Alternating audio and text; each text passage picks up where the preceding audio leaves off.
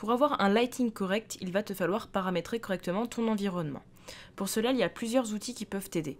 Par exemple, là j'ai simplement posé une sphère et je lui ai assigné un matériau métallique. Il y a tout d'abord là, donc dans Light, clic droit Light, Reflection Probe, qui est en fait tout simplement une sorte de sphère de chrome qui va être là pour aider à mieux calculer les réflexions, notamment du métal, dans ta scène.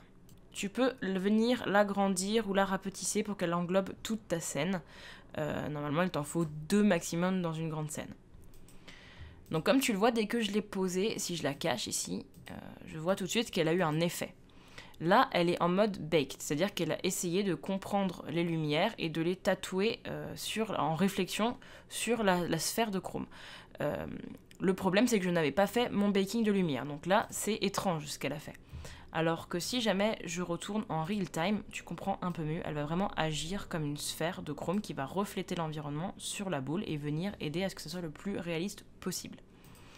Tu peux aussi faire un custom et tu vas pouvoir mettre une image ou une couleur de façon à ce que ça soit un environnement bien précis qui se reflète. L'autre outil qui peut t'aider à faire un lighting plus correct, ça sera donc toujours pareil, clic droit, lighting, ça sera les Light Probe Group.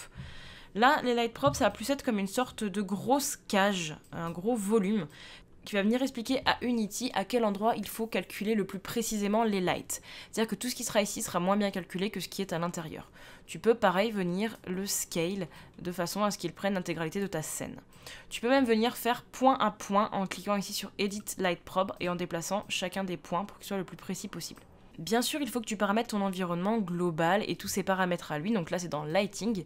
Et ici, tu vas retrouver tous les paramètres qui peuvent t'aider à calculer au mieux tes lightings. Tu retrouves aussi toutes tes light maps qui peuvent t'aider. L'ambient occlusion, par exemple, que tu peux cocher pour avoir vraiment un effet d'ombré, par exemple, entre 2 plaintes ou à l'intersection de 2 murs.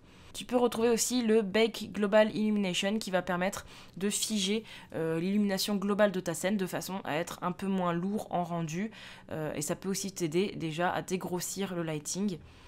Tu as bien sûr plein de paramètres qui t'aideront, sans oublier qu'il faut à chaque fois que tu viennes faire un Generate Lighting pour voir quels effets ton lighting a eu sur ta scène. N'oublie surtout pas d'appuyer sur Play, sinon tu ne verras pas réellement les différences apportées.